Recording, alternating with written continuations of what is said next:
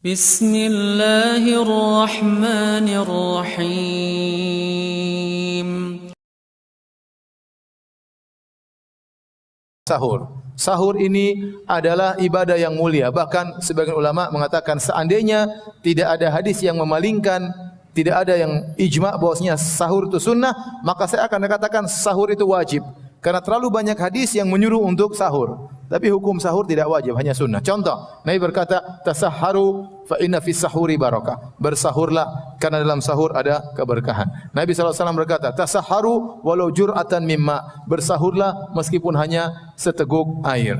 Kata Nabi SAW, ya, al-faslu baina wa baina siyami ahlul kitab aklatus sahur. Yang membedakan antara puasa kita dengan puasa ahlul kitab adalah makan sahur. Ini semua ya menunjukkan bagaimana Nabi sallallahu alaihi wasallam memperhatikan masalah sahur. Bahkan dalam hadis Nabi sallallahu alaihi wasallam bersahur secara berjamaah. Dari Zaid bin Thabit, kami tasaharna ma'an Nabi sallallahu alaihi wasallam, kami bersahur bersama Nabi sallallahu alaihi wasallam. Oleh karenanya sebagaimana ada buka berjamaah, sahur berjamaah juga ada, dan itu sunnah Nabi sallallahu alaihi wasallam. Kita tidak apa-apa bertemu dengan kawan-kawan, janji untuk sahur bareng, dan Nabi sallallahu alaihi wasallam pernah sahur bareng dengan para sahabat.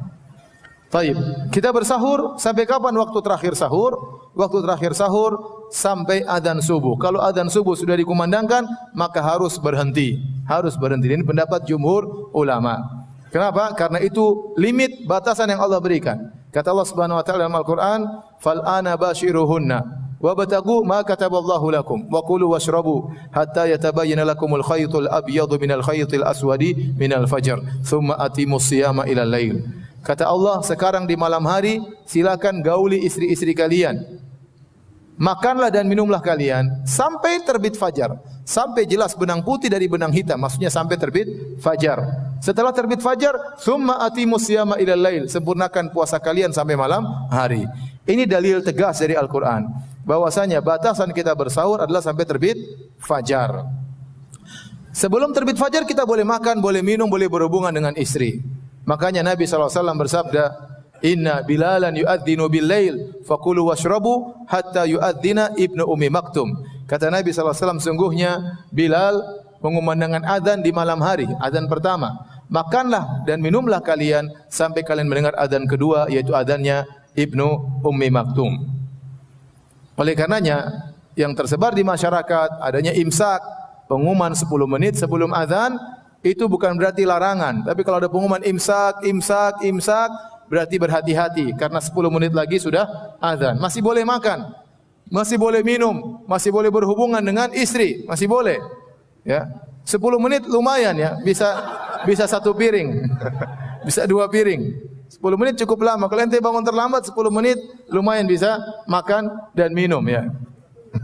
Waktu yang efektif 10 menit.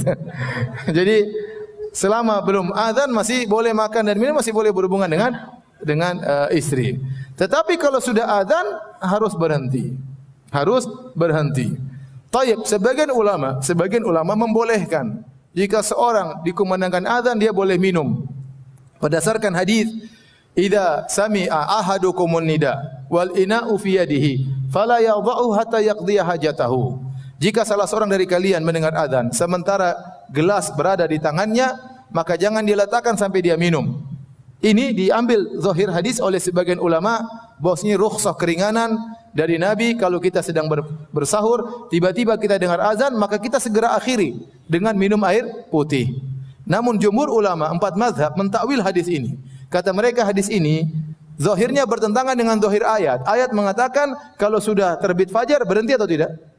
Berhenti, enggak boleh. Dan ini yang difatwakan oleh para ulama Lajnah Daimah dan yang lainnya, bahwasanya hadis tersebut dibawakan kepada jika seorang ragu atau muadzin diadzan sebelum waktunya, atau dibawakan kepada makna-makna yang lain. Mereka berusaha mentawil. Artinya 4 mazhab berusaha berpegang dengan zahir ayat. Kalau sudah azan tidak boleh makan dan minum. Dan saya lebih condong pada pendapat 4 mazhab. Ya, karena zahir ayat jelas, makanlah dan minumlah sampai terbit apa? Fajar. Berarti kalau sudah dikumandangkan azan berhenti. Kalau antum mengambil rukhsah pendapat sebagian ulama, ya cukup minum, jangan lebih daripada itu.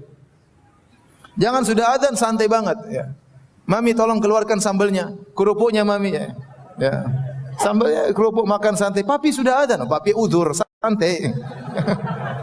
Enggak boleh kalau sudah adzan selesai. Jangan macam-macam, jangan main-main, jangan sampai puasa Anda tidak bernilai di sisi Allah Subhanahu wa taala. Saya pernah diceritakan di sebagian tempat, sebagian pondok, ada ustaz sama murid-muridnya, mereka mungkin salat malam bareng, kemudian mereka sahur bareng. Sudah dikumandangkan adzan di sekeliling masjid, akhirnya muridnya mau mengumandangkan adzan, kata ustaznya, sebentar, saya lagi makan. Jangan dulu adzan. Subhanallah, enggak boleh ente ngatur adzan ya. Kenyang dulu baru adzan. Kalau sudah waktunya adzan harus apa? Harus adzan, harus berhenti. Barang siapa terlambat bangun, ya sudah, dia bersabar, itu ujian baginya. Jangan dia nekat, sudah adzan kemudian dia minum, sebagian ulama berkata batal. Sebagian ulama berkata itu batal. Ya. Sebagian ulama mengatakan rukhsah, yang penting minum saja, habis itu selesai. Habis itu selesai. Lebih hati-hati kita berhenti sebelum dikumandangkan apa? Adzan. Ya. Taib. Sahur, dari kalimat sahur itu maknanya adalah waktu di akhir malam. Waktu di akhir malam. Oleh karenanya sunnahnya kita bersahur menjelang azan.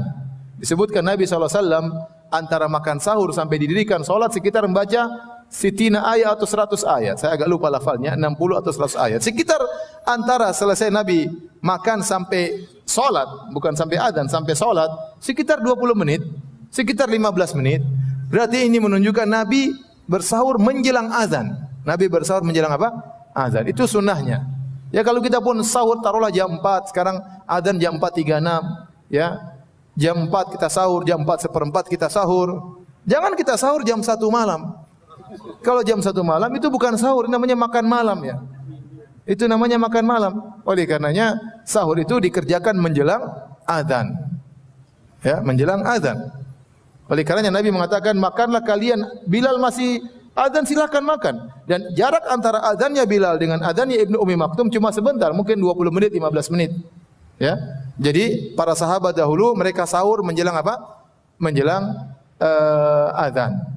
Maka jangan seorang bersahur terlalu cepat jam 2 kecuali ada uzur ya sehingga dia harus safar atau harus kegiatan, tetapi dia siapkan air minum menjelang azan, dia minum sehingga dia dapatkan keberkahan makan sahur. Jangan lupa tatkala di sahur berzikir kepada Allah, berdoa kepada Allah, karena di waktu sahur waktu penuh berkah, waktu turunnya Allah ke langit dunia, ya, yang kata Allah Subhanahu wa taala, wa bil asharihum yastaghfirun. Di waktu sahur mereka beristighfar kepada Allah Subhanahu wa taala. Oleh karenanya selain kita sahur, jangan lupa memanfaatkan waktu tersebut untuk berdoa kepada Allah atau untuk bermunajat kepada Allah di waktu sahur.